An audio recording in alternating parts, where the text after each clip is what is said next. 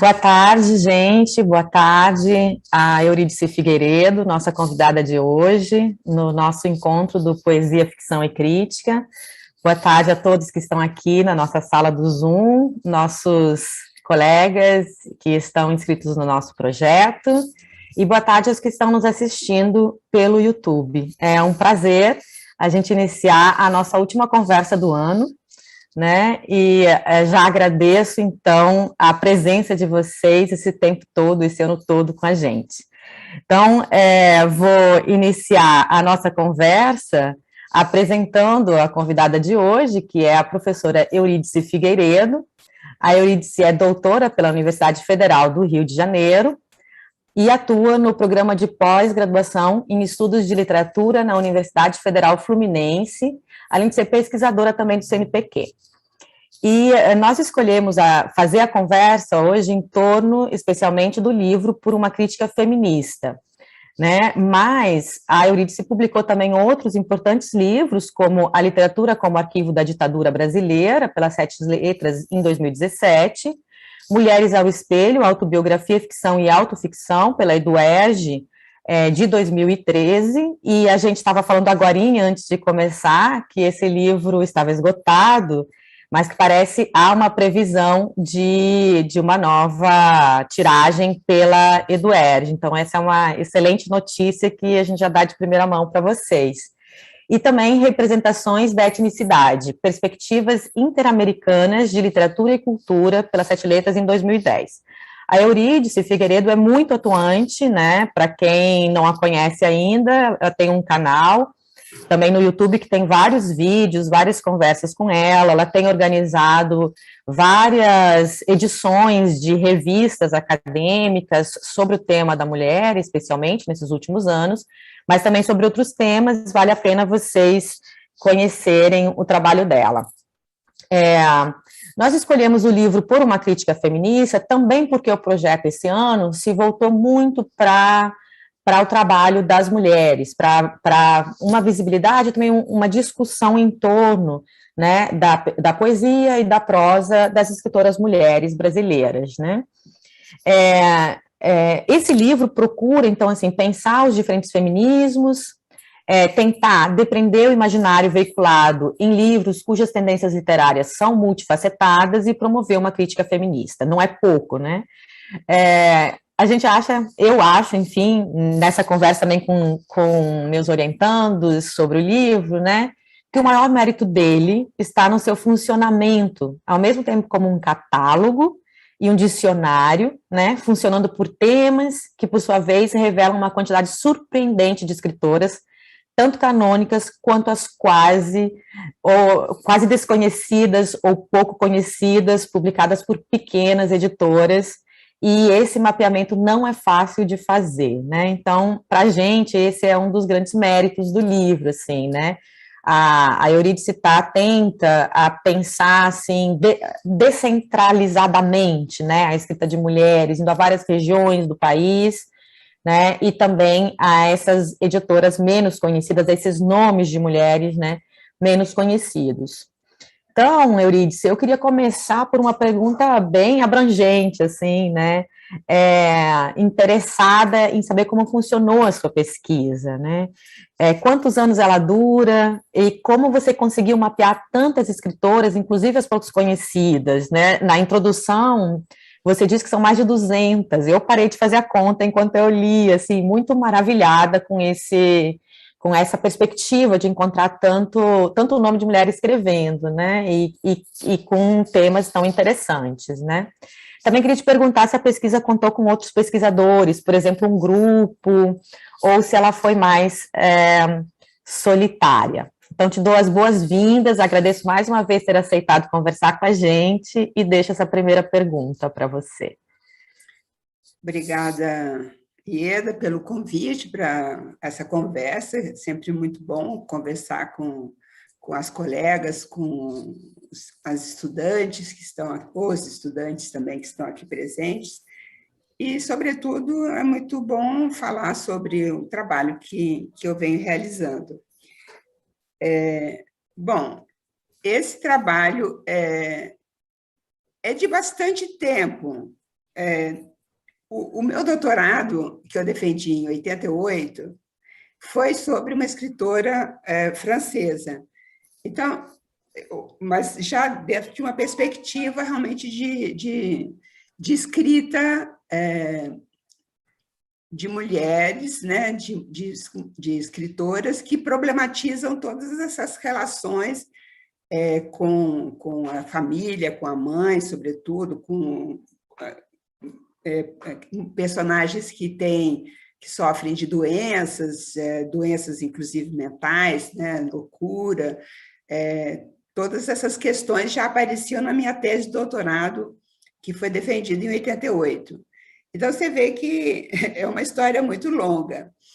Nesse meio tempo, eu publiquei um pequeno livro, já há muito tempo, sobre a escrita feminina e a tradição literária, que eu organizei, na verdade, não é um livro todo meu, e depois o Mulheres ao Espelho, que você mencionou, que foi publicado pela EduERJ em 2013. Então, nesse período, eu trabalhei até 2010, mais ou menos, eu trabalhei muito com literatura, com as literaturas de língua francesa, porque eu sou, na origem, professora de literatura francesa. Então, enquanto eu estive trabalhando na graduação, eu tinha bastante trabalho sobre a literatura francesa e, sobretudo, a literatura de língua francesa do Caribe, um pouco também do Quebec. Então, é um campo bastante largo. Quando eu me aposentei e parei de trabalhar na graduação, eu fiquei realmente concentrada na literatura comparada e na literatura brasileira. No Mulheres ao Espelho, por exemplo, eu tenho escritoras brasileiras e escritoras de língua francesa, tanto da França quanto do Quebec ou do Caribe. Nos últimos anos, então, a partir do momento que eu fiz o livro sobre a literatura e a ditadura, né, que eu chamei de A Literatura como Arquivo da Ditadura, aí foi um momento que eu realmente me concentrei só na literatura brasileira. Não que eu tenha parado de ler ou que eu tenha deixado totalmente a literatura francesa. Eu continuo lendo e, eventualmente, eu ainda vou publicar um livro mais sobre as escritoras francesas. Mas, no momento, nos últimos anos, eu realmente me concentrei na literatura brasileira. E desde o livro que eu chamei de Mulheres ao Espelho, a minha pergunta, a minha questão era muito assim, muito pensando nas mudanças que estavam ocorrendo. Quer dizer, o que está diferente agora? Será que houve uma mudança assim, a partir dos anos 2000? Será que as mulheres estão escrevendo de maneira diferente? Será que estão abordando questões ligadas ao corpo, por exemplo, de uma maneira mais liberada? Porque a Virginia Woolf fala, num dos textos dela, quando ela fala do anjo do lar, que ela matou o anjo do lar, aquela mulher submissa, boazinha, recatada, né? Ela disse que ela tinha muita dificuldade de falar do corpo. Então, era uma questão para mim. Como as mulheres estão falando do corpo ultimamente? Quais foram as mudanças? Então, esse era o meu norte. Então, até quando eu volto para o século XIX, que não é a minha especialidade, mas eu senti necessidade de ter esse recuo também para redimensionar o presente, porque sem você traçar essa linha, digamos, da tradição literária, né, de escrita de mulheres, sem fazer esse trabalho, você também não tem uma noção muito exata do que está diferente. Então, não era, no meu projeto inicial, não existia essa volta ao século XIX, mas eu percebi que não dava para ignorar totalmente. Então, eu voltei um pouco e tentei mapear um pouco de uma maneira rápida, porque não era objetivo analisar em detalhe produção, por exemplo, do século XIX, ou da virada, né, dos primeiros 20 anos, não era o meu objetivo, mas eu volto justamente para perceber o que já estava apontando uma escritora aqui, outra acolá, de uma maneira um pouco discreta, por exemplo, a questão do trabalho das mulheres, que aparece na Júlia Lopes de Almeida, como que as mulheres, as personagens femininas desses romances da Júlia Lopes de Almeida, como que elas se saem de situações em que elas estão sem dinheiro, porque morreu o pai, porque morreu o marido, e, de repente, elas se veem sem meios de subsistência. Então, essa é uma questão muito forte nesse momento da virada do 19 para o 20, que as mulheres não trabalhavam. As mulheres de classe, digamos, média, elas não existia ainda esse trabalho bastante generalizado. Então, é uma questão que é bem importante para mim. Foi bem importante perceber que algumas mulheres tinham essa noção de que era preciso ter profissão, senão você estaria eternamente dependente de um pai ou de um marido. Então, tem essa questão que eu percebi nesses romances, principalmente da Júlia Lopes de Almeida, e depois algumas questões muito mais ligadas à sexualidade ou à reflexão sobre o corpo, né? O corpo em geral, assim, seja de doenças, seja de abusos, de violência física, violência simbólica, até que ponto também essas mulheres vão se tornando verdadeiramente sujeitos do discurso, sujeitos responsáveis por suas ações, né? Então, foi por aí. E aí eu fui coletando, às vezes até no Facebook, quando você vê uma escritora anunciando seu livro, eu ia lá e comprava, né? Às vezes você tem de comprar diretamente na editora, porque são pequenas editoras que não comercializam nas grandes livrarias, nos grandes sites. E aí você vai lá na pequena editora e compra diretamente, né? Então, foi lendo trabalhos dos outros, né? De outras pesquisadoras, mas também um pouco através do Facebook mesmo, quando eu vi anúncio de algum romance novo, eu ia lá, comprava e ia acrescentando. Então, são algumas surpresas também que aconteceram, porque eu achava, por exemplo, até em 2018, 2019, eu estava orientando uma tese de doutorado de uma estudante que trabalha com literatura francesa, e ela estava escrevendo, por exemplo, sobre 3 obras literárias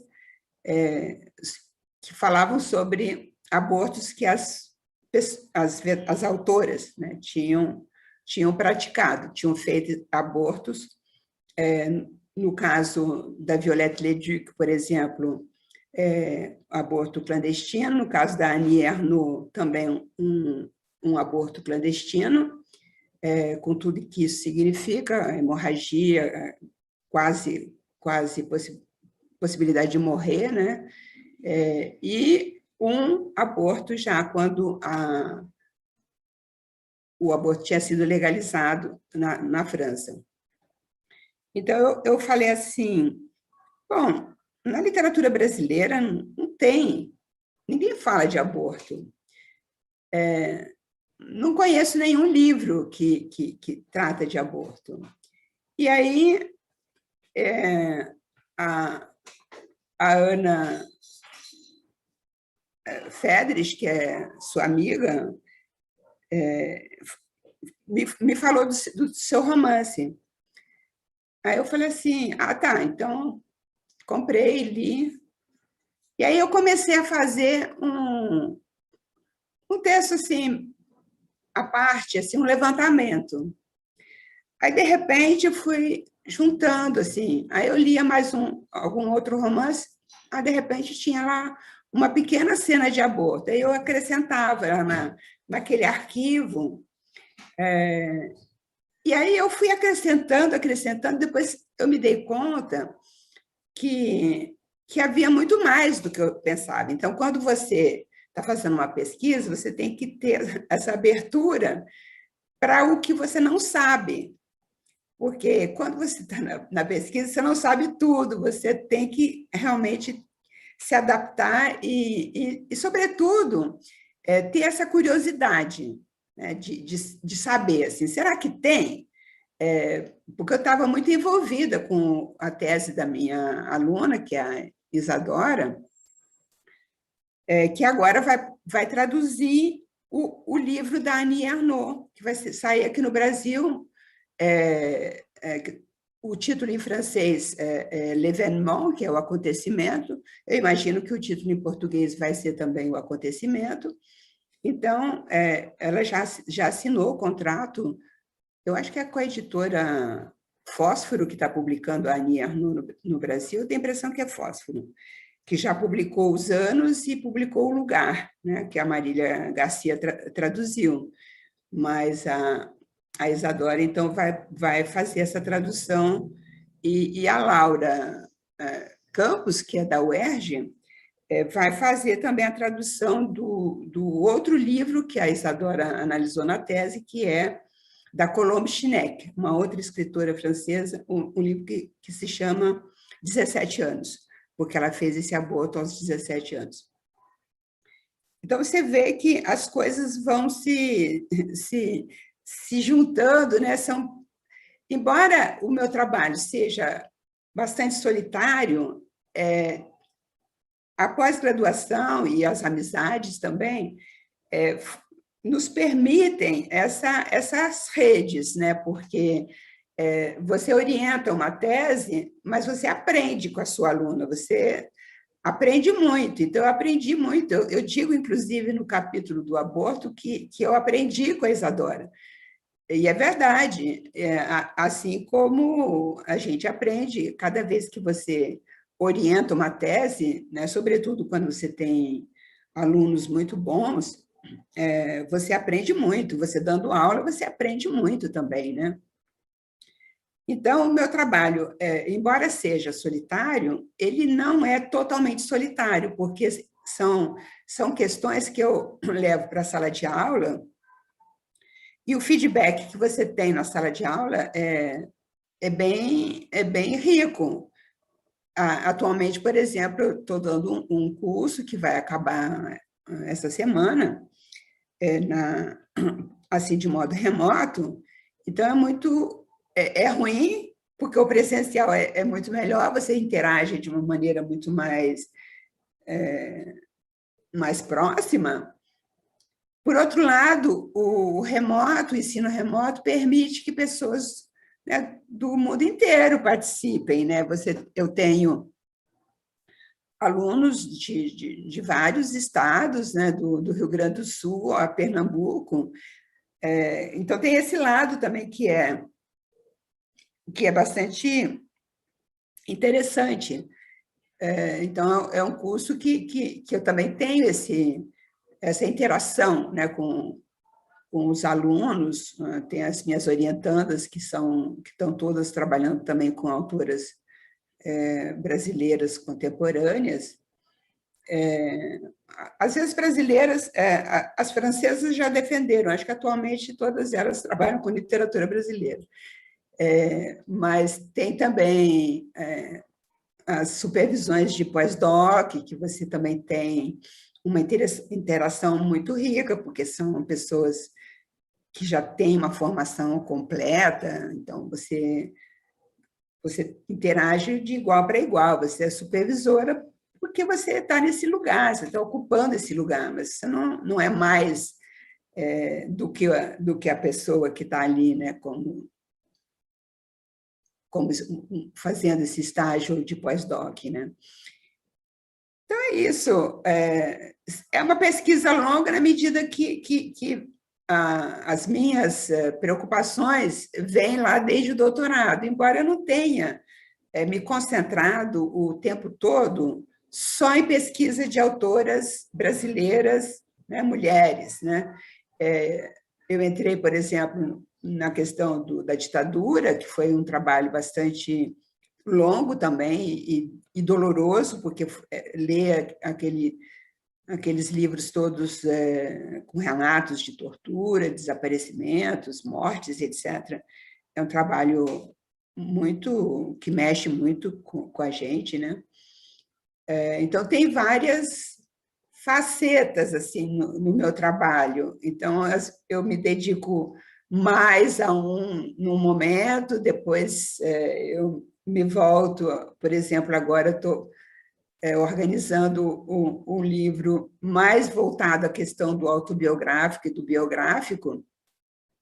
Aí, homens e mulheres não tem recorte de gênero, mas também é uma vertente das minhas pesquisas, né? Então, eu não sou assim uma pesquisadora fiel e única, devotada só a uma causa, digamos, a um tipo, né, de pesquisa. Talvez seja por isso, né, por manter essa curiosidade tão aberta, que acaba acolhendo isso que é aquilo que a gente não conhece. Acho que essa é uma constante da sua pesquisa e que torna ela tão interessante, né? Eu acho ótimo ouvir você falar, porque é o que eu sempre falo também para os meus orientandos todos. O mais importante é a curiosidade, se deixar também levar nessa dança que a pesquisa te convida, assim, né, ir para o desconhecido, manter as anteninhas lá bem captando tudo. Eu gosto de pensar a pesquisa como tendo essa primeira, digamos, esse primeiro círculo, esse interesse aberto, essa curiosidade para o desconhecido, né? A sua fala me leva a uma das questões que eu tinha pensado para você, que é justamente essa do corpo, né? Os 2 últimos capítulos do livro, eles vão, não só os 2 últimos, né? Na verdade, as 2 últimas partes, né, do livro, você vai para esses temas mais ligados ao corpo, à sexualidade, né? Eu até penso que ali que está o fundo daquilo que você, ou a editora, né, vocês destacaram na sinopse do livro, né, que ele demonstraria, então, as escritoras brasileiras, sobretudo as mais jovens, e como elas superaram essa dificuldade, que você até citou, né, apontada pela Virginia Woolf, de falar do próprio corpo, e aí tem o tema do aborto, mas o tema geral do corpo feminino, também da velhice, né, Isso. que são partes muito tocantes do seu livro. E aí eu fiquei pensando, você falou agora, né, que foi a diferença também que te motivou, quer dizer, dessa pergunta, o que tem de diferente nas mulheres escrevendo agora, né? E aí eu fiquei pensando se você acha, né, que a possibilidade de tomar esses temas tabus como objeto de voz, né, dessas mulheres escritoras, essa exposição, essa autoexposição, se isso teria sido promovido também por uma conquista direta do feminismo, que liberou um pouco mais essas vozes, né? Ou se você acha que é uma questão não necessariamente do feminismo, mas da própria exposição que as redes sociais, o mundo contemporâneo exploram, né? O que você acha?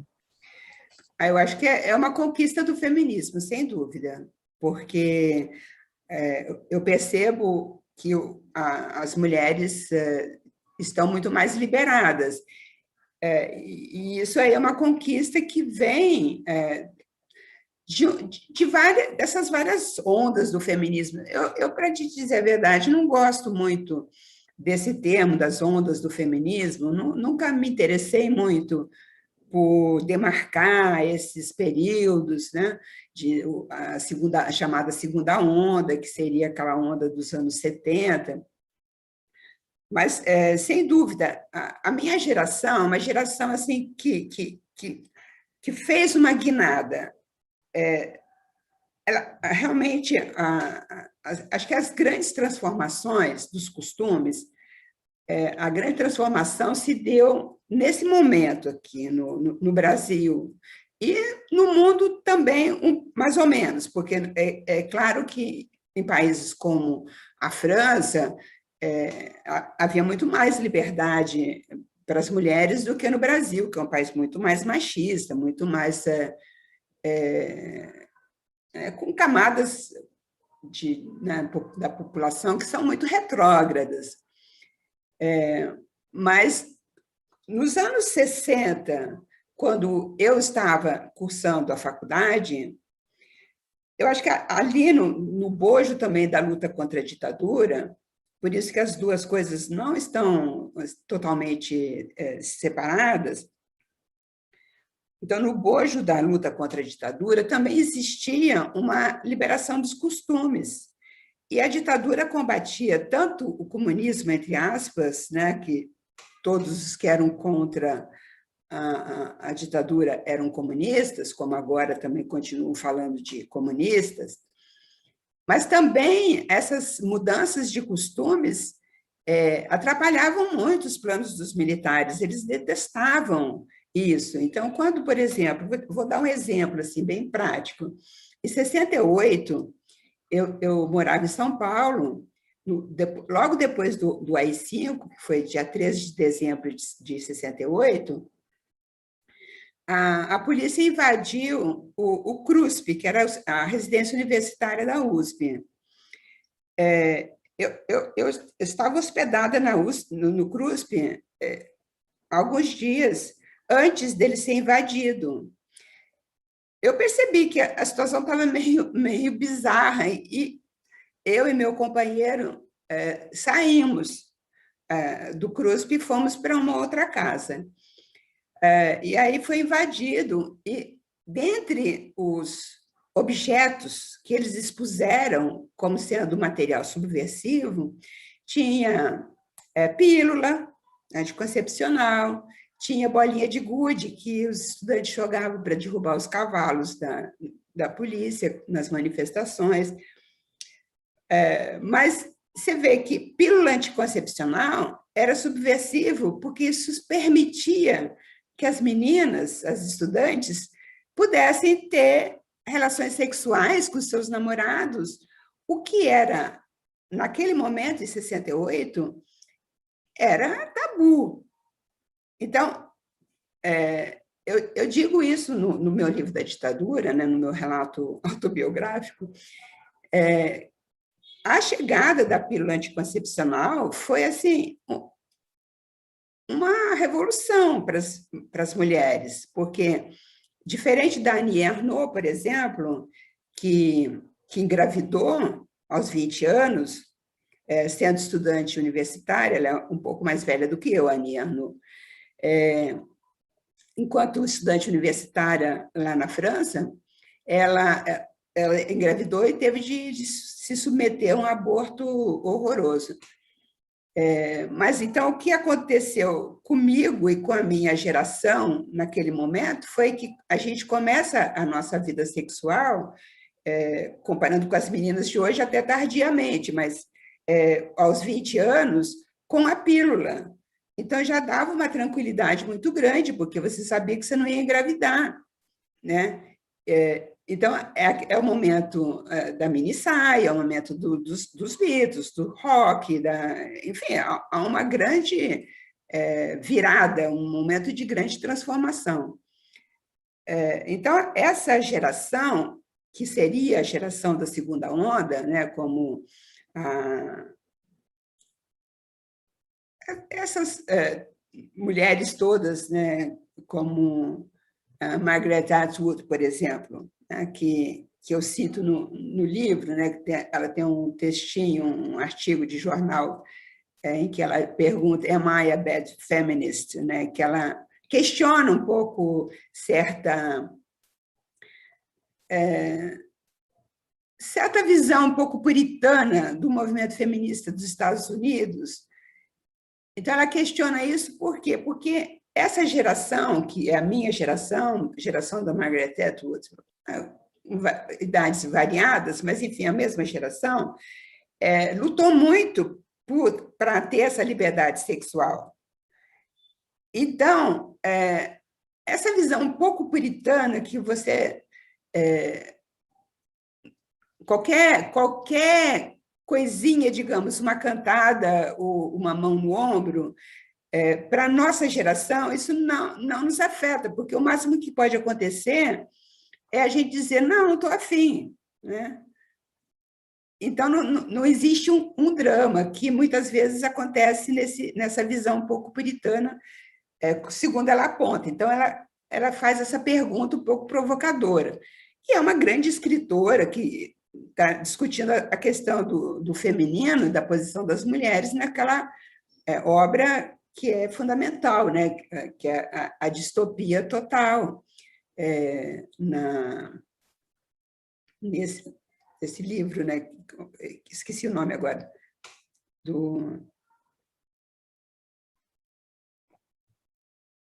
fugiu agora. Então, o que eu me perguntava, porque eu fui criada de uma maneira muito tradicional, no interior de São Paulo. Então, mas depois que eu saio de Assis, em 68, e entro no movimento político, e depois eu vou para a França como estudante, mas, ao mesmo tempo, como exilada, eu vou percebendo assim as mudanças, inclusive em relação ao Brasil e França. E sempre lendo escritoras e escritores franceses e brasileiros, né? Sempre acompanhei, ainda que eu trabalhasse mais com a literatura francesa. Então, essas questões, elas estão presentes desde aquele momento, né? Desde o momento, inclusive, que eu fiz essa revolução pessoal, né? essa libertação pessoal, quando não só eu fui contra militando em partido político, como eu fui contra indo morar com um namorado num momento que isso era muito raro no Brasil, e depois indo para a França. Então, são momentos de ruptura. E você começa a observar o que está acontecendo. Então, de uma certa maneira, eu posso dizer que eu estou acompanhando, de alguma maneira, não na literatura necessariamente, mas assim, empiricamente, essas mudanças que estão se dando, né, de 68 para cá. Por isso também a minha curiosidade, porque hoje eu sou uma velha, né? Sou uma pessoa de 74 anos. Então, o que as meninas de 20, 30 anos estão fazendo? O que é diferente, né? O que as pessoas mais jovens, né, que seriam assim as gerações dos meus filhos, de meus netos, se eu tivesse neto mais velho, mas eu tive filho relativamente tarde, meu filho também teve filho relativamente tarde, então eu tenho netos pequenos. Mas, eventualmente, eu poderia ter neta de 20 anos, né? Não tenho de 20 anos, mas poderia ter. Então, o que o que que a educação, né, dessas gerações, o que que essa educação mudou. Sim, mudou, né? Eu acho que você tem razão, né? É uma conquista feminista, né? O direito a falar de tudo, inclusive a falar de si tão abertamente nos livros, né? Me parece que isso é uma coisa interessante que foi mudando e certamente uma conquista. Quer dizer, hoje a gente tem os dois lados da questão. Por um lado, uma conquista muito grande, né, da teoria feminista, ou avançada ou levada adiante pela teoria feminista, pela atuação das feministas, e, por outro lado, essa vontade de conter isso, né? Então, esse movimento contrário, super conservador, que, de novo, vai, inclusive, querer conter o uso de pílula até, ou de camisinha, etc., para inibir o sexo em nome da tal família tradicional, né? Porque são movimentos de fluxo e refluxo. Você avança e tem esse movimento retrógrado que quer te empurrar para trás. Então, a sociedade funciona assim. Então, para a gente não se desencorajar totalmente. Exato. Por que tem essa reação? É porque a gente avançou. Porque fez barulho, né? Necessário. Eu queria fazer uma pergunta para continuar falando um pouquinho, né, sobre esse feminismo, porque o seu livro faz, né, um trabalho muito bonito, né, no começo, toda a primeira parte, né, compilando, apresentando os diferentes feminismos. E aí a gente ficou pensando se você tinha um leitor em mente para o seu livro, né? Esse livro parece ser endereçado, né, para um pesquisador. Então, nossa pergunta era um pouco nesse sentido, né?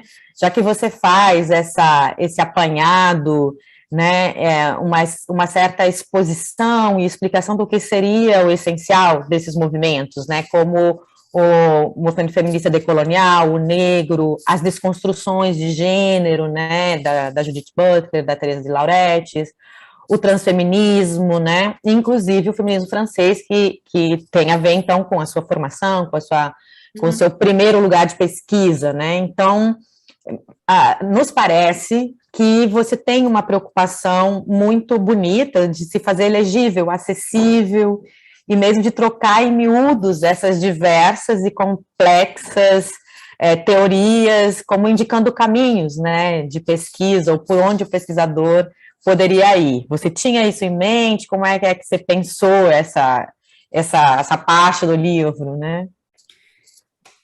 Eu acho que o meu leitor ideal seria mais uma leitora ideal, na verdade, seriam as alunas da pós-graduação. Eu acho que eu escrevo fundamentalmente para esse público, que é o público com o qual eu convivo há muitos anos, desde 88, quando eu terminei meu doutorado e comecei a atuar na pós-graduação, mas, sobretudo, nos últimos 12 anos, quando eu deixei a graduação e me dediquei só à pós-graduação e à orientação de teses e dissertações. Então, fundamentalmente, eu acho que eu escrevo para esse público.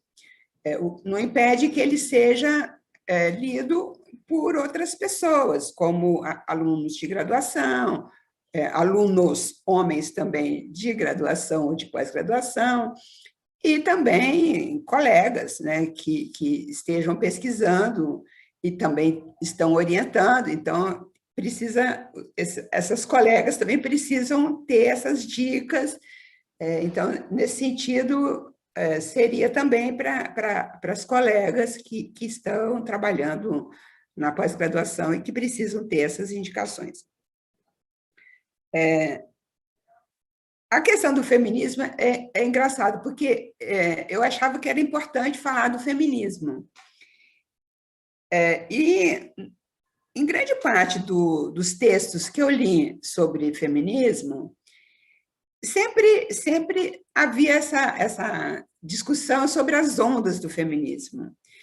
E é uma questão que não sei porquê, é uma questão que sempre me irritava, essas ondas, até porque são versões diferentes das ondas, Então, tem essa onda. E qual seria a primeira onda? A primeira onda seria desde sempre até 1970, né? Assim, que significa isso? Então, eu abandonei essa perspectiva. Um outro aspecto que eu via sempre nos textos que eu li sobre feminismo é que sempre se falava do feminismo brasileiro branco. Então, aqueles nomes de sempre, pessoas que são bastante conhecidas. Também não me interessava voltar a essa questão. Me parecia que muitas pessoas já tinham escrito sobre isso. E eu não sei, não me interessava muito em retomar essas questões, sabe? Então, eu pensei, assim, o que eu vou falar de feminismo, já que eu não quero falar de ondas, eu não quero fazer a história do feminismo no Brasil, não é isso que me interessa. Então, eu parti um pouco partir da dominação masculina do Bourdieu, porque acho que ele vai bem no ponto, assim, ele situa muito a questão da dominação masculina dentro do social, né, e como que as instituições todas estão amarrando essas premissas nas quais, né, o machismo e a sociedade patriarcal estão inseridas e estão funcionando. Então, você não adianta você falar de feminismo no vazio, você tem que ter essa consciência, né, de que nós estamos dentro de uma sociedade que funciona assim, né, funciona de uma maneira machista. E aí eu preferi partir desse viés, né, da dominação masculina para uma rebelião, para uma contestação, e uma contestação em relação a quê? Né? Assim, quais seriam os pontos que vale a pena você entrar e tentar mudar, reverter a situação, né? Então, por aí que foi o meu raciocínio do feminismo. Mas, até então, eu estava mais pensando no feminismo branco tradicional mesmo, né? E aí eu me dei conta, também, porque eu já estava lendo, né, a Lélia Gonzalez, já estava lendo os textos de escritoras negras, e, aliás, a questão, né, negra é uma questão que já está na minha história. Eu fiz meu mestrado sobre MCZ, quer dizer, já estou com a negritude lá desde 79, quando eu fiz o meu mestrado sobre MCZ, né? Então, não é uma questão que pudesse ser longe ou nova para mim, longe, né, das minhas preocupações. Então, aí eu comecei a pesquisar o feminismo negro, né? Li Lélia Gonzalez, li a Sueli Carneiro, e comecei a escrever sobre o feminismo negro. Aí surge essa discussão em torno do feminismo decolonial. Eu falei, bom, agora tenho que dar conta, já que eu botei o feminismo, né?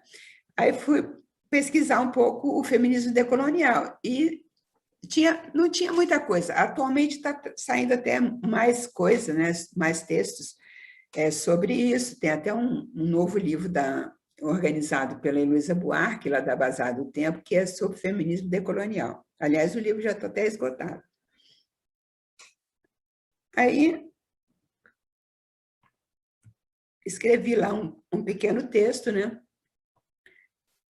Mas aí, lendo aquela compilação da Heloísa Buarque sobre os feminismos, né? Aí eu li um texto sobre o transfeminismo. Aí eu falei, bom, agora eu tenho de colocar o transfeminismo. Então, foi isso. A pesquisa, na verdade, partiu, né, da dominação masculina. Eu não quis fazer determinadas determinados percursos, que eu acho que já tinham sido feitos, e aí enveredei para essas vertentes.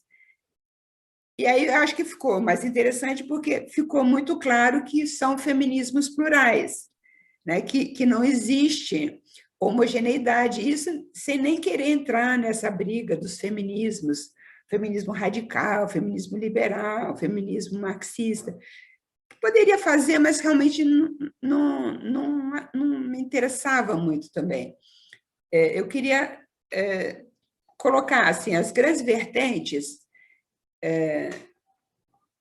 e questões que eu acho que estão aí colocadas, né, na sociedade atualmente, como o feminismo negro, decolonial e o transfeminismo, porque a questão trans realmente é uma nova questão, uma questão que é recente nos estudos, né, feministas, mas achei importante também colocar, mesmo que eu não soubesse muita coisa, né, eu até digo isso, não é uma parte, né, muito alentada, porque realmente eu coloquei o que eu podia saber sobre essa questão, né? Mas é isso, discutir também essa questão, né, do feminismo francês, porque é curioso, porque no Brasil, a grande parte dos estudos feministas e das professoras, né, que criaram o Mulheres, o GT, né, Mulher e Literatura, e que escreveram, e que publicaram, que organizaram coletâneas, etc., esse grupo é fundamentalmente de língua inglesa. Eu conheço todas elas, eu já fui, nos anos 80, no início, os primeiros encontros do GT Mulher e Literatura, embora eu não seja do GT Mulher e Literatura, mas participo dos encontros bianuais que eles organizam, até organizei lá na UF, quando eu era coordenadora da pós. Então, eu participo, não sempre, mas já participei de vários. Então, eu conheço bem assim, as pesquisadoras, e todas elas são do inglês. Então, eu pensei que seria interessante eu dar uma contribuição pegando o lado do feminismo francês, que são leituras que eu tinha, né, que eu acho importantes, assim, e até a Virginie Despentes, por exemplo, que é uma escritora pouco conhecida no Brasil, embora esse livro que eu cito, a Teoria King Kong, tenha sido traduzido, mas é um nome assim, muito pouco conhecido, né, no Brasil. Então, achei que era importante trazer também. Claro que eu parto da Simone de Beauvoir por razões óbvias, né, mas o que me interessava, na verdade, era chegar na Virginie Despentes, traçar um pouco uma linha também dessas vertentes do feminismo francês que não são iguais às feministas dos Estados Unidos, né? Então, pegar, por exemplo, a Monique Wittig, que também é um nome pouco conhecido no Brasil, né? Então, é isso, é fazer aquilo que eu achava que também não estava feito aqui, porque não adianta muito repetir o que as pessoas já fizeram, né? E a Judith Butler, por exemplo, a questão da desconstrução do gênero, a problematização do gênero, eu realmente tentei esmiuçar esse livro, porque é um livro muito difícil. Então, e também eu tenho uma preocupação de ser legível. Realmente, eu acho que às vezes, eu leio textos assim de colegas e acho que eles são assim, muito complicados, sabe? em vez de esclarecer, acho que confundem ainda mais. Então, eu li esse livro pelo menos 2 vezes e reli várias passagens, porque ela escreve de uma maneira bastante confusa para o meu gosto, porque ela vai e vem passando por muitos autores, que ela vai citando e vai contestando, mas você não sabe exatamente o que ela pensa, e isso faz parte também de uma tradição que é diferente da tradição francesa, uma maneira de escrever da crítica dos Estados Unidos é muito diferente da maneira de escrever dos franceses, é muito diferente. Os franceses e as francesas eles são mais assertivos, enquanto que Judith Butler e essas feministas estadunidenses, elas são mais... elas dão muitas voltas pela bibliografia que elas examinam, né? Então, a primeira vez que eu li, quando eu estava fazendo o Mulheres ao Espelho, eu nem citei, porque eu não entendi nada. Porque eu estava buscando uma coisa, na verdade, você vê como que funciona a pesquisa da gente. Quando eu li Problemas de Gênero, o título, eu pensei que seria um caminho mais conhecido meu. E, de repente, o caminho dela era muito diferente de tudo que eu tinha pensado até então. Então, eu não citei em 2013, no livro que saiu em 2013, na verdade, que estava sendo escrito em 2012, 2011. E aí eu voltei ao livro, ao Problemas de Gênero, e aí eu fui entendendo melhor, porque realmente eu tive de me aceitar, né, de alguma maneira, me abrir para uma perspectiva que era muito diferente de tudo que eu tinha lido, né, até então. Então, aquele capítulo foi uma maneira assim, primeiro que eu parti de uma aula que eu dei sobre a Judith Butler. Então, eu fiz um fichamento do livro para poder dar essa aula, discutir com os alunos. Então, o capítulo, a parte do capítulo que eu... Não é um capítulo mesmo, da Judith Butler, foi uma construção assim, em cima de leituras que eu fiz com os alunos. E aí, claro que na escrita final você vai acrescentando, porque aí eu li outras coisas, a Teresa de Lauretis, o Paul Preciado, e aí eu fui trazendo, né, outras leituras para compor o texto. Mas também até a própria compreensão da Judith Butler passou por uma experiência também com pessoas, assim, bancas de que eu participei, e alunas que tinham trabalhado com a Judith Butler, né? Então, por isso que eu digo que se aprende muito com os alunos também, com teses que você lê, e aí você é meio que empurrada, né? Elas te levam também para um outro tipo, né, de reflexão que você não tinha. Não era, digamos que não era a sua preocupação de base, né? Não era o seu ponto de partida. Sim, é muito bom ouvir você falar isso, Eurídice, porque, sobretudo, a gente está aqui falando dentro de um projeto que tem muitos alunos de graduação e de pós-graduação, e, enfim, estamos todos muito misturados.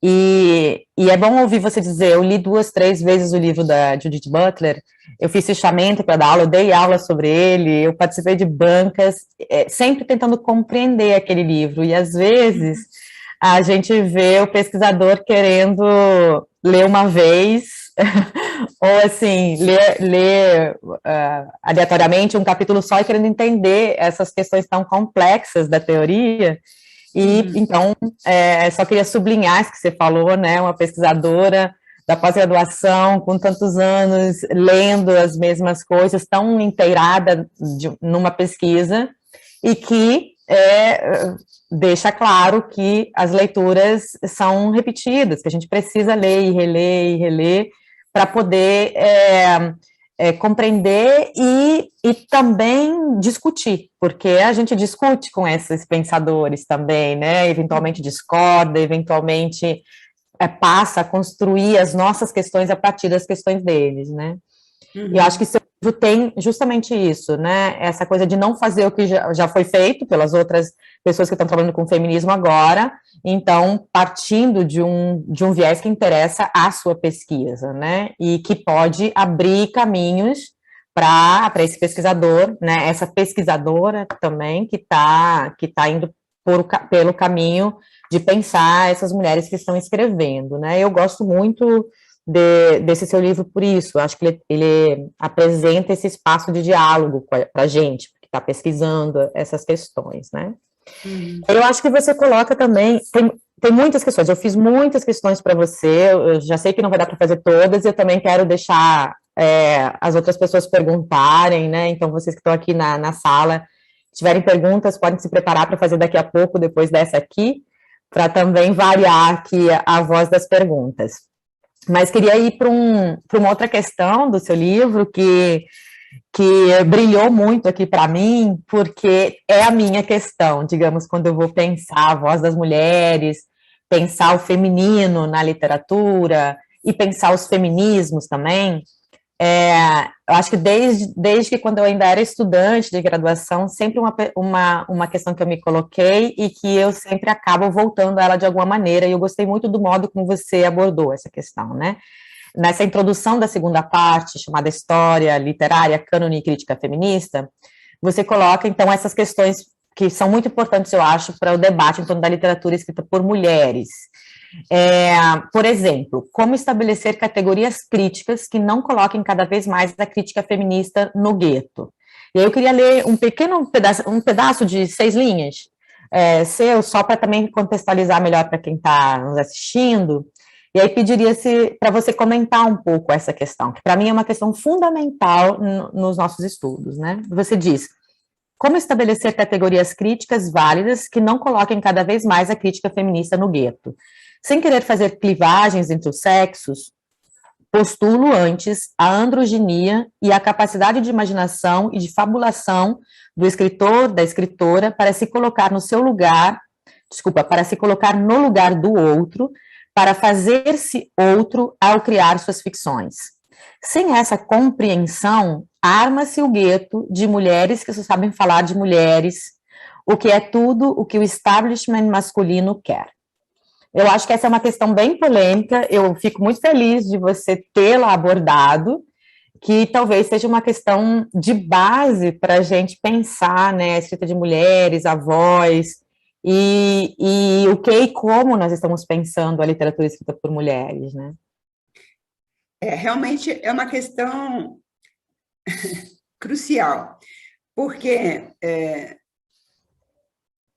muitas vezes, bom, primeiro tem essa célebre questão que vem lá dos anos 70 sobre a escrita feminina. Então, muitos livros foram escritos, publicados sobre a escrita feminina, que seria intimista, que seria autobiográfica, que seria... antes até era mais para sentimental, né? Por exemplo, quando o Graciliano Ramos acha que o 15 não podia ter sido escrito por uma mulher, como assim, né? Uma mulher que escreveu um romance sobre a seca, né? Isso não é texto de mocinha, né? E ainda ela era muito jovem na época que escreveu o 15. Então, tem esse tipo de reação, porque se espera das mulheres, naquele momento mais ainda, assim, textinhos românticos, melosos, né? Aquela Biblioteca das Moças que existia, textos mais próximos do romance sentimental. E depois, já nos anos 70, se pensava mais nessa escrita intimista e autobiográfica, né? A Beatriz Didier, por exemplo, que é uma das teóricas daquele momento, ela fala muito sobre esse aspecto autobiográfico. E realmente teve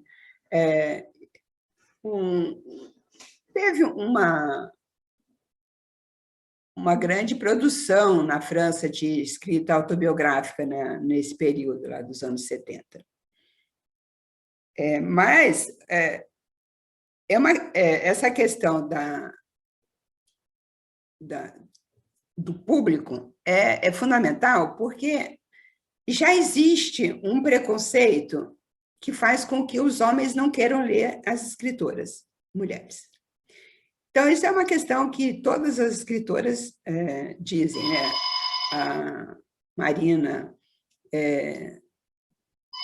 muitas que eu menciono. Então, o telefone fixo que está tocando. Então, se você... Outro dia eu li no Facebook, eu acho, uma apresentação de um livro escrito por uma jornalista, e ele era escrito para a leitora. Então, esse tipo de... Eu acho que é uma armadilha, porque ela falava de todas as questões assim que podem interessar as mulheres e que vai afugentar qualquer leitor homem. Então, essa é uma questão que me parece que é crucial, porque até que ponto... Bom, aí você tem, de outro lado, as grandes escritoras, como a Nélida Pinhon, a Ana Paula Maia, que vão dizer, não, não faço escrita feminina, minha literatura é universal. E que, no caso da Ana Paula Maia, que é uma grande escritora, que tem fundamentalmente personagens masculinos. Então, você tem essa recusa, né, de se filiar a uma literatura que seria menor nesse sentido, né? Você não é uma escrita, não é uma literatura universal, é uma literatura de mulheres. Então, esse é um problema, essa é uma armadilha que está assim na nossa frente, né? Então, eu não apresento nenhuma solução, porque não se trata de dar uma solução, mas levantar esses perigos, né, que rondam, porque, e problematizar também essa questão, porque quando a Nélida Pinhon diz que ela não faz literatura feminina, ou outra escritora, você tem que pensar assim, no entanto, é uma mulher que está escrevendo. Então, ela parte de uma experiência de mulher. Ela não parte de uma experiência de um homem. Então, até que ponto isso pode ser negligenciado em nome do universal? Pode ser universal, a mulher... Aliás, a Carola Saavedra, no último livro dela, O Mundo Desdobrável, ela tem um dos fragmentos sobre isso. Então, o homem falar sobre a sua sexualidade é universal, a mulher falar sobre sua sexualidade não é universal? Então, tem essas questões que estão aí, né, colocadas para a gente pensar. Então, o fato de você ter uma experiência de mulher vai ter um impacto na sua produção. Não é possível você negar ou negligenciar isso. Então, por exemplo, eu me lembro de uma entrevista no livro dela mesmo, autobiográfico, que é A Força das Coisas, eu acho, um dos tomos das memórias da Simone de Beauvoir. Ela fala sobre a origem, por que ela foi escrever O Segundo Sexo. Um dia o Sartre perguntou para ela qual é o impacto de ser mulher para você? Assim, o que mudou na sua vida? Porque ela fez o mesmo percurso intelectual, acadêmico, que ele, né? Todos os dois foram para a École Normale Supérieure, que é realmente o top do top da França, né? Então, ele pergunta para ela, o que mudou para você nesse seu percurso, ser mulher? A primeira reação dela foi nada. Nada, eu sempre fui livre e fiz tudo o que eu queria. Você tem certeza que não mudou nada? Ela começou a pensar, né? Não sei, né? Eu achava que eu tinha sido livre como se eu fosse um menino, porque, inclusive, o pai dela dizia que ela era um homenzinho, de tão inteligente que ela era, de tão autônoma, e ele achava que ela era um verdadeiro homem, né? Assim como o Baudelaire fala que a Madame Bovary era viril. Então, qualquer mulher que é forte e que é autônoma e que toma as decisões já se torna viril.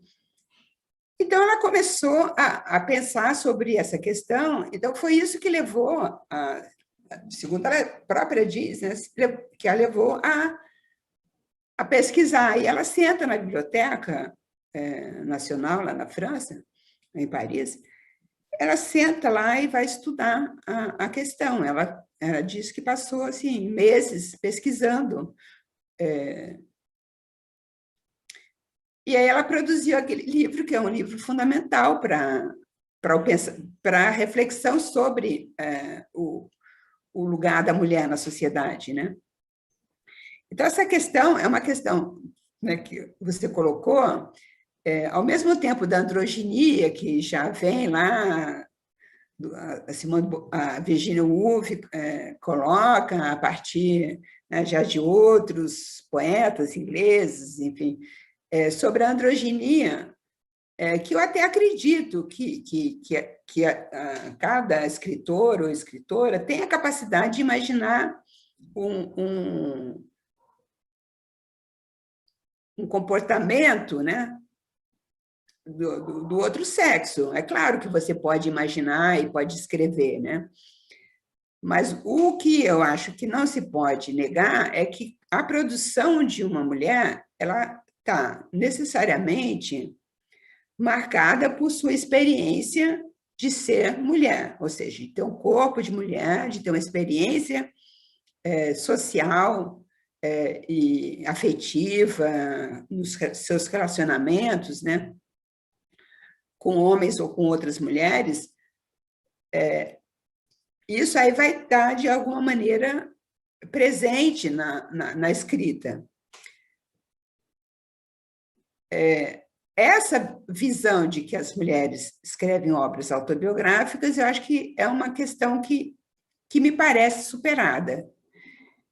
Mas acho que ainda tem muita gente que pensa assim. Não é que, para mim, está superada, mas ela não está superada totalmente, não, porque na França, por exemplo, quando tem toda uma discussão sobre autoficção, e tem muitas mulheres que fizeram autoficção na França, e muitos críticos homens que acusam as mulheres de fazerem autoficção, e só fazerem autoficção.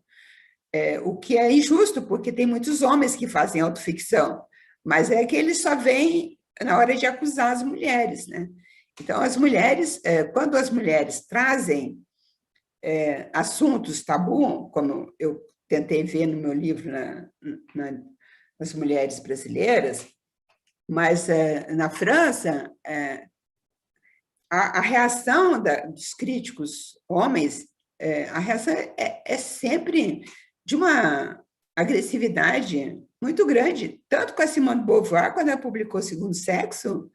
Nossa, tem um dossiê que eu li sobre ela que tinha assim, as críticas, né, de jornal, a reprodução das críticas da época, assim, uma violência, uma agressividade assim, que eu acho que nós mulheres hoje não temos noção de como que os homens acharam horrível aquele livro. E uma das grandes acusações feitas a Simone de Beauvoir é justamente a recusa da maternidade, porque como se as mulheres fossem só procriadoras. Então, essa visão de que a mulher é, antes de mais nada, procriadora, ela não é uma criadora, uma das grandes acusações que ela sofreu foi essa. Mas quando, por exemplo, a Annie Ernaux, que eu já mencionei, publicou esse livro sobre o aborto, né, o L'Événement, ela foi criticadíssima, porque era uma coisa suja que ela trazia para a literatura, né? Como que ela fala de aborto, né? De hemorragia, de sangue. Então, ela foi, assim, criticadíssima. E a outra que foi muito criticada foi a Christine Angot, que publicou o primeiro, não foi o primeiro, mas um dos primeiros livros dela, mas foi o primeiro que causou impacto, que se chama O Incesto, em que ela conta que ela foi vítima de incesto do pai dela. Então, ela foi criticadíssima também. Então, você vê que quando as mulheres trazem problemas que são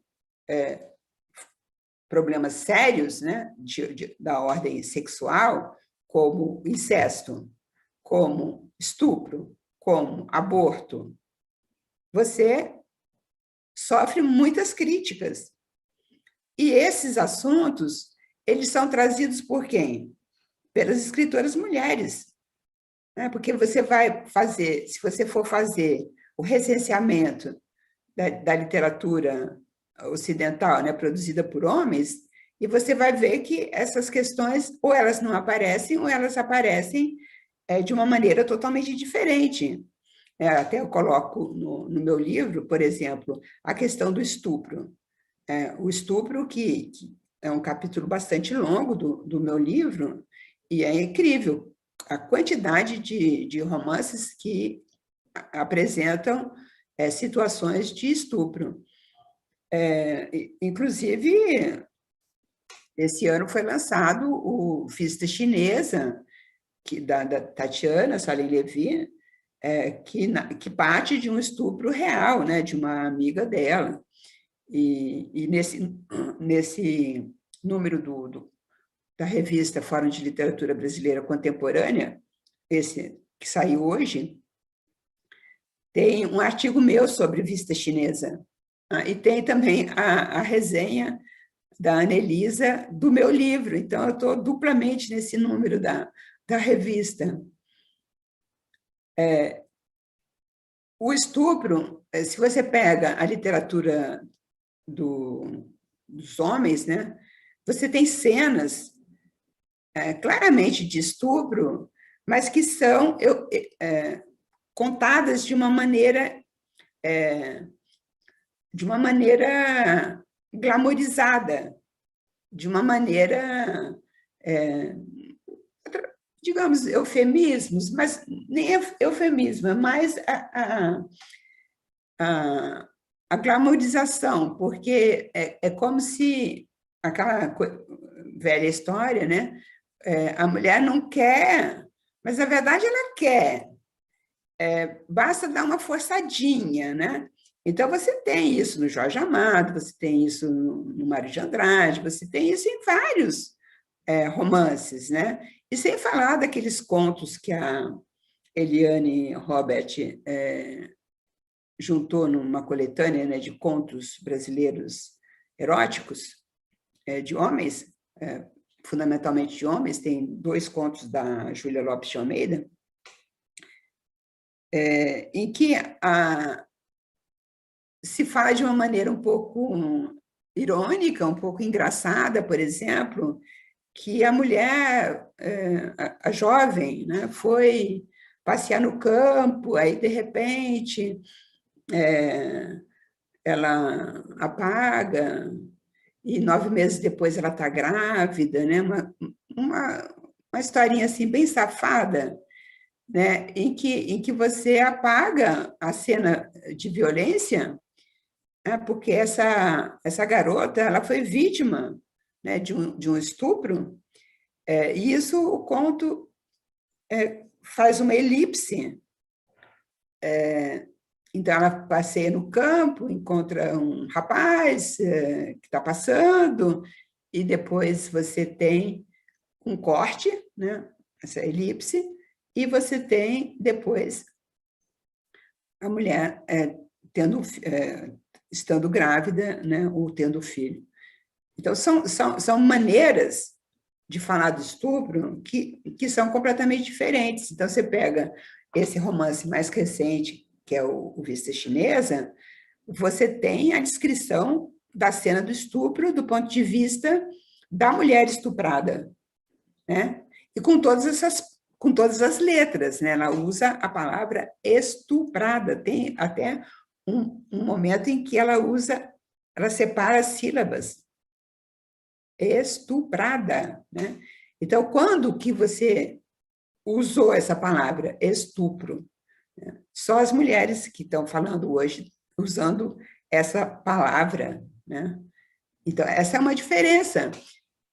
Agora, os homens vão querer ler, né? Eles é que têm que decidir, né?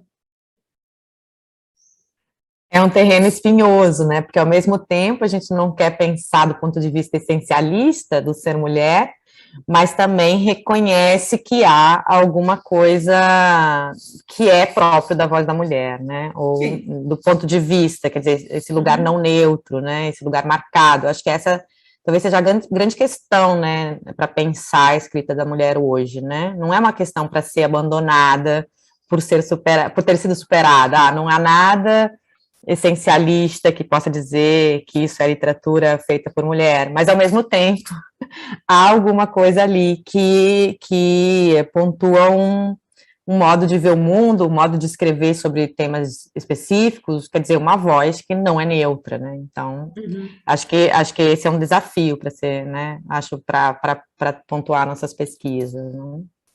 Eu queria abrir para quem quiser fazer pergunta agora, aqui da sala, ou se tiver alguma também do YouTube, não sei.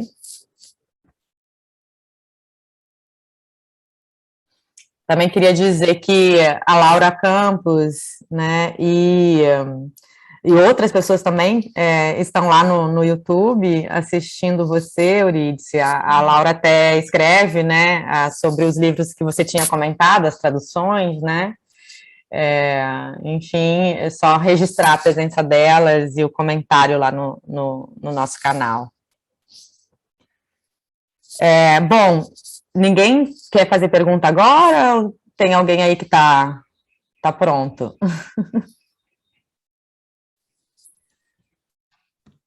Vou então adiantar mais uma. Ah, tem. Pode Então falar. fala, Eda, fala. Não, pode falar, Juliana. Então, boa tarde, eu queria dizer que eu estou muito feliz em estar aqui nesse encontro com você, Eurídice, e eu li com sede seu livro, foi assim, sabe, eu acho que a gente estava precisando mesmo, né, de um livro como o seu. E aí, no balanço final do seu livro, você fala que podemos considerar que se consolida no Brasil uma tradição literária de autoria feminina. E um pouco antes, que o corpo, como você já comentou, né, está mais do que nunca no centro das preocupações das mulheres, como fica demonstrado nos capítulos dedicados ao erotismo, ao estupro, à prostituição, ao incesto, ao aborto, à velhice e às relações com a família, na página 239. Aí, enfim, eu só queria que você pudesse comentar um pouquinho mais dessa tradição literária de autoria feminina que a gente pode considerar que se consolida hoje no Brasil, né? Aí eu não sei se dá para juntar com a pergunta da Ieda também. Essa questão da tradição literária, ela é importante porque quando você lê assim, várias críticas, tem muitas coisas que você lê que não entram necessariamente no livro, mas que te fazem pensar sobre determinadas questões, né? Por exemplo, um artigo que eu li sobre a tradição literária inglesa, né, de uma crítica inglesa, nem me lembro agora o nome dela. Então, a própria Virginia Woolf faz esse levantamento também das escritoras, sobretudo romancistas, né, que a precederam, e como que elas escreveram, se elas foram tímidas, se elas foram pudicas, ou se elas não ousaram ir muito além. E tem várias questões que essas críticas, né? Porque a Virginia Woolf é aí no papel de uma crítica, né? Porque ela também é criadora, romancista, mas ela também tem bastante ensaios em que ela pensa essas questões. Então, é uma questão que surge quando uma escritora começa a escrever. Que literatura ela leu? O que ela leu? Né? Ela leu só escritores homens ou ela leu escritoras mulheres? Existem modelos, porque um romancista homem que comece, por exemplo, a escrever em 1930 no Brasil, ou 1950 no Brasil, ou 1970 no Brasil, ele tem atrás dele uma tradição literária não só brasileira, mas também francesa, inglesa, russa. Então, você tem... vamos pensar assim, o Lúcio Cardoso, quando ele escreve, qual é o escritor que estaria, assim, que teria inspirado, assim, como modelo, como inspirador mesmo? Então, você vê que, com certeza, é Dostoiévski, assim como Dostoiévski foi importante para o Camus, na França. Então, você tem essa leitura. Um escritor, uma escritora, ninguém escreve do nada. O escritor é, antes de tudo, um leitor. Então, antes de escrever, você leu muito. E você leu que tipo de livro, que tipo de romance? Se você vai escrever um romance, você deve ter lido muitos romances. E quais romances que você leu?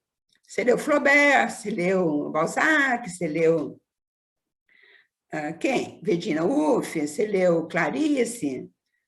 Então, essa é uma questão interessante, porque para você escrever, você tem que se inspirar em modelos anteriores, até para romper com eles, porque quando eu digo se inspirar, não quer dizer copiar ou seguir os modelos anteriores. Por exemplo, ninguém hoje, em sã consciência, vai seguir um modelo realista do século XIX, mas você precisa conhecer os modelos para romper com eles. E o que as mulheres, então, têm para oferecer nessa tradição? Porque, no fundo, é uma questão até que a Ana Elisa, nessa resenha, colocou, parece que não existe uma tradição literária feminina no Brasil.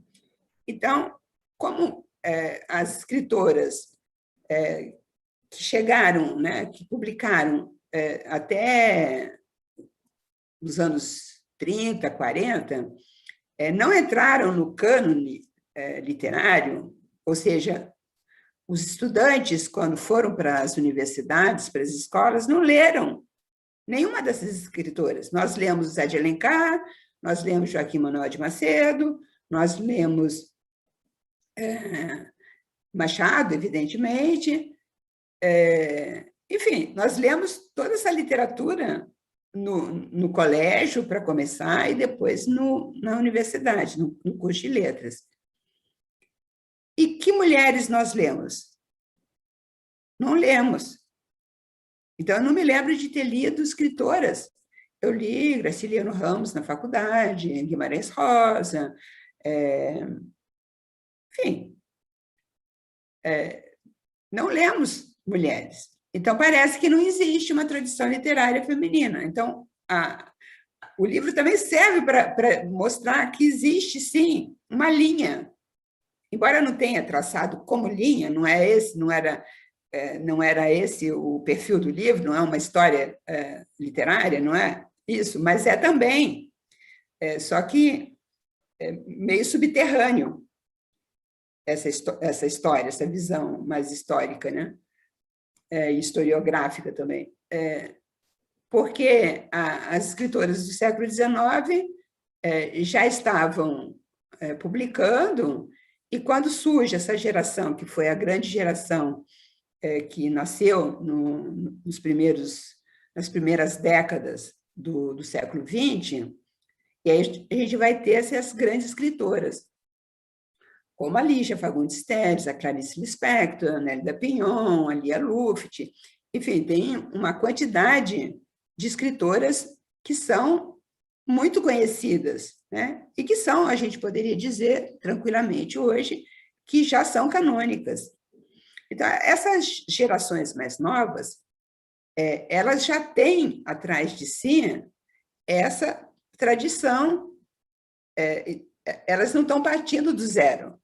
Então, por exemplo, a questão do feminicídio ou a questão dos conflitos familiares, ou da sexualidade, essas questões elas já estão na Nélida Pinhon, na Lígia Fagundes Telles, na Clarice Lispector.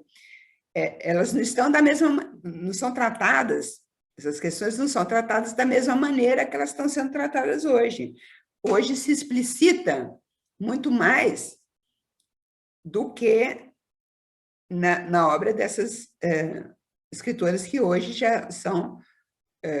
Lígia já está bem velhinha, mas está viva, mas a Clarice morreu, Lia Luft também está viva, também velhinha, a Nélida é um pouco mais jovem, Raquel de Queiroz, que morreu também, mas que também criou personagens femininas muito fortes, né?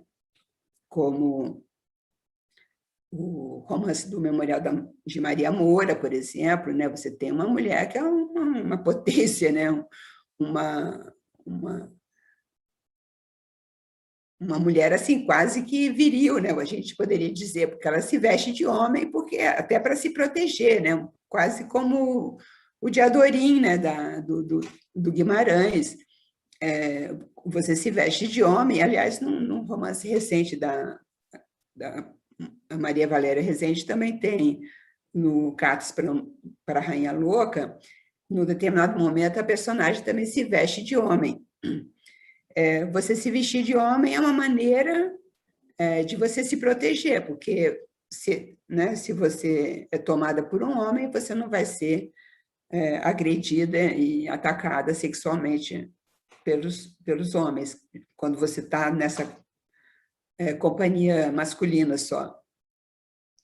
Então, é isso. Acho que eu diria que existe uma tradição na medida que eu fiz esse recenseamento e acho que as escritoras que chegaram, né, começaram a publicar em 2000, ou no final do século XX, elas já tinham mais chão literário do que as outras, como a Lígia, digamos, como exemplo emblemático, mas que também tinham alguma tradição. E é claro que também a gente tem que pensar na tradição literária fora do Brasil, né? É que eu estou vendo até que ponto nós temos alguma tradição literária de autoria feminina, e no exterior a gente tem muito mais, né? Porque quando você pega na Inglaterra, por exemplo, você tem já grandes escritoras a partir do final do século XVIII. Na França também tem, né? Nos Estados Unidos, mas na poesia, por exemplo, né? Emily Dickinson, você tem uma tradição mais ou menos grande, mas você tem já grandes nomes, pelo menos, né? Então, é isso. A Clarice, por exemplo, ela impacta a literatura brasileira porque ela rompe com os modelos que estavam em vigor no momento que ela publica o primeiro livro dela. E a crítica masculina ficou assim sem saber como lidar com esse tipo de literatura, porque eles estavam lá, como assim, né? O que é isso? Porque eles não estavam acostumados com esse tipo de produção. Claro que ela é inovadora, ela tem uma voz muito característica, né, muito peculiar, e não foi fácil para a crítica adentrar esse mundo, né, da Clarice. Mas acho que no Brasil, até no século XX, nós temos grandes nomes que tiveram, e tem, né, um reconhecimento bastante grande. Então, já é uma conquista importante, que a gente tem que levar em consideração. A gente tem 2 perguntas aqui, acho que eu vou fazer as 2 juntas para você, e aí depois a gente pode encerrar, né, a nossa conversa hoje. Bom, o Daniel Bandeira de Mello, Bandeira, sem o de Mello, que está lá no YouTube, então ele não vai poder fazer aqui ao vivo e a cores a pergunta que ele está lá, mas ele estava interessado em discutir com você se você acha que existiria um ethos comum na escrita das escritoras contemporâneas brasileiras.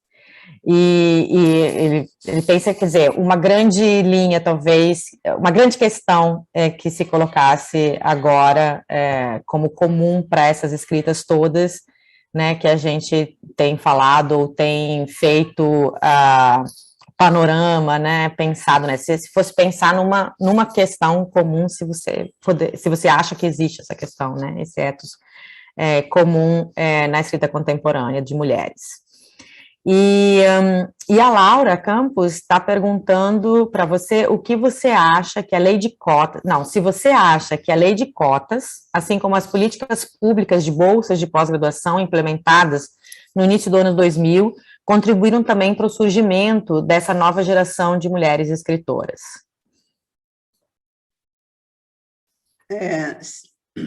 Bom, se haveria um ethos nessa nova geração. Eu acho um ethos comum, né?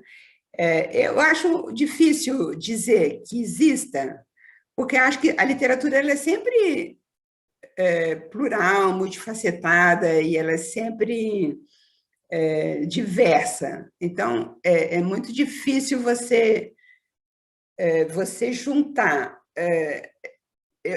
É claro que há, sim, um grande contingente de escritoras que estão discutindo questões ligadas ao corpo. Então, você poderia dizer que seria uma vertente comum aí, que poderia desaguar nessa imagem, né, de que mulheres estão querendo realmente falar do seu corpo de uma maneira um pouco mais livre do que se falava até os anos 80 ou 90. Em relação ao que a Laura colocou, sem dúvida, a questão, as cotas e a entrada, né, sobretudo de pessoas negras e vindas do ensino público, portanto, de classes sociais mais baixas, né, isso faz com que haja uma mudança do público discente, né? Você tem realmente uma mudança de perfil. Agora, eu tenho uma amiga que fez uma tese de doutorado sobre essa questão, que defendeu, aliás, semana passada, sobre o impacto que tiveram essas leis de cotas na universidade. E eu não li a tese dela, não, mas o que ela me disse, que eu me encontrei com ela semana passada, o que ela me disse é o seguinte: que o impacto é nas carreiras mais procuradas, mais fortes, como, por exemplo, a medicina. Em carreiras cuja demanda já é baixa, o nível de exigência para a entrada é mais baixo, como a pedagogia, poderíamos também colocar letras, o impacto é menor porque já havia mais público oriundo de classes populares, né, inclusive a população negra, já havia mais do que, por exemplo, na medicina. Então, a lei de cotas ela vai impactar nas carreiras consideradas mais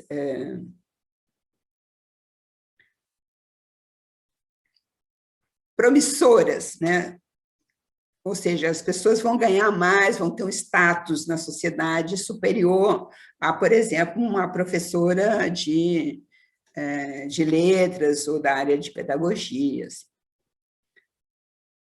Agora, sem dúvida, você tem esse impacto, sim, quando, por exemplo, a Sueli Carneiro fala que ela queria enegrecer o feminismo, eu concluo o capítulo do feminismo negro dizendo que a lei de cotas também promoveu esse enegrecimento da academia, porque você vai ter o acesso maior, né, de população de baixa renda, e você vai ter essa mudança de perfil. Hoje, nós temos uma produção literária de escritoras negras muito grande, né? Seja na poesia, seja em contos ou em romances, mais até em poesia e em contos, né, do que em romances.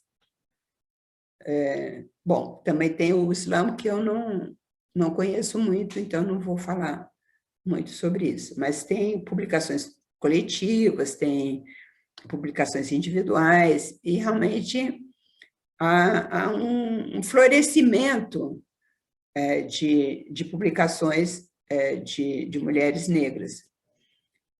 E também há uma eclosão de pequenas editoras com perfil segmentado.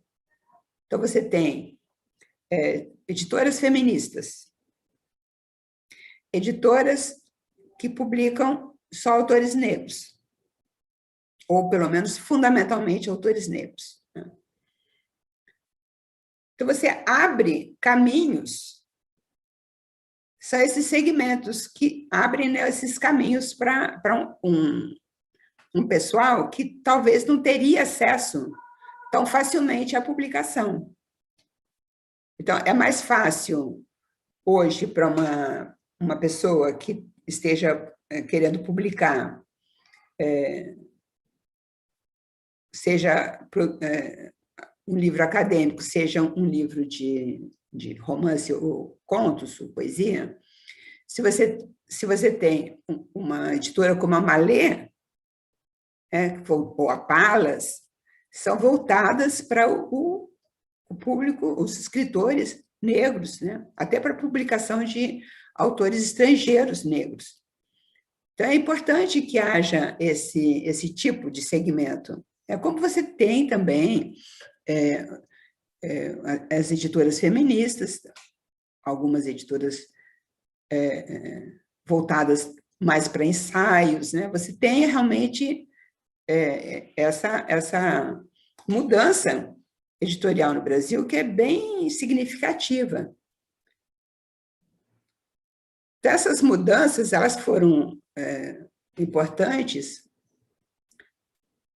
embora haja hoje um retrocesso no Brasil, uma destruição mesmo das instituições, a gente tem a esperança, né, de que eles não destruam tudo até o ano que vem, porque ainda temos um ano, né, mas que não destruam tudo, porque realmente vocês estão vendo aí a situação do INEP, né, que está provocando essa crise aí no Enem e outras políticas públicas que são ligadas ao INEP, você tem assim, uma crise toda do Ministério de Ciência e Tecnologia, corte de verbas, né, a situação da CAPES, que hoje é uma crise total, a avaliação foi suspensa, então a gente está vivendo uma crise muito forte no ensino, na academia, né, nas universidades, e na educação em geral, porque o MEC está assim, completamente esfacelado. E o Ministério de Ciência e Tecnologia está assim, acéfala, porque o ministro não toma conhecimento do que acontece no Ministério. Então, a situação é bastante delicada. Mas houve realmente uma mudança grande que foi promovida por governos anteriores, né? E a gente espera que nada disso acabe totalmente, né?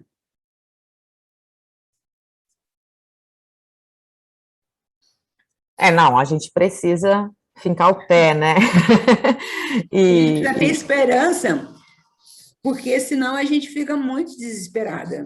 Verdade. Como continuar, né? Fazendo todas essas pesquisas, continuar escrevendo dissertação, tese, com esse desmonte completo, mas a gente sabe por experiência que há reversão, né? De alguma maneira, vem um amanhã que talvez possa, não sei se trazer, se recuperar aquilo que foi estragado nesses últimos anos, mas pelo menos parar de destruir, né? Esperamos.